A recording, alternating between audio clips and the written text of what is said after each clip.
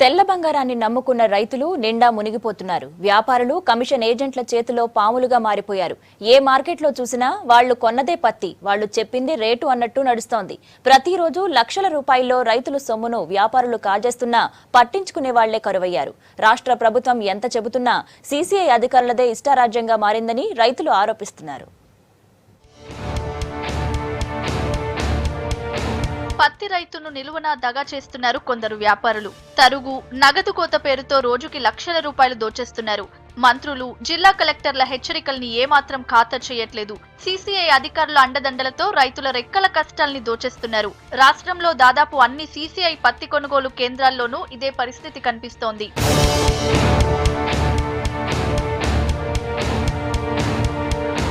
చేతికందే దశలో వర్షాలు లేక చాలా చోట్ల పత్తి పంట నాశనమైంది.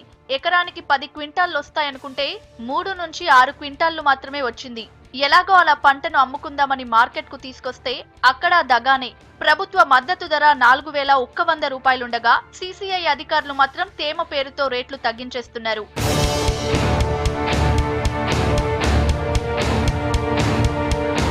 పత్తి విత్తనాల కొనుగోలు దగ్గర నుంచి ఎరువులు, పురుగు మందులు, దున్నడానికి, పత్తి తీయడానికి అయ్యే ఖర్చులు ఎకరానికి 20 నుంచి 23 వేల రూపాయల దాకా అవుతున్నాయి. అయితే వాటిని అమ్మితే వచ్చేది 14 నుంచి 16 వేలు మాత్రమే.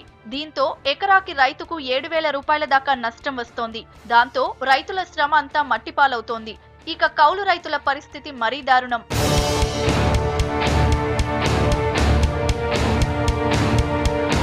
పత్తి మార్కెట్లో మోసాలు కూడా అన్ని ఇన్ని కావు. పత్తిని మార్కెట్ యార్డుల్లోనే తూకం వేయాలి. కానీ ఆ తర్వాత మళ్లీ మిల్లుల్లో ధర్మా కాంటాపై జోకుతున్నారు. దాని ప్రకారమే వ్యాపారుల చెల్లింపులుంటున్నాయి. అక్కడికి తీసుకువెళ్లడానికి వెహికల్ ఖర్చులు, హమాలీ మామూళ్ల పేరుతో రోజుకి 20,000 రూపాయల దాకా రైతుల నుంచి సంపాదిస్తున్నారు. మిల్లులకు తీసుకెళ్లే ఖర్చులు వ్యాపారులే భరించాల్సిన ఆ భారం రైతుపైనే వేస్తున్నారు. ఒక్క కరీంనగర్ జిల్లాలో జమ్మికుంట మార్కెట్లోనే ఇలా అదనపు ఆదాయం 80,000 రూపాయల దాకా వ్యాపారులు, హమాలీలు, అధికారులకు ముడుతోంది.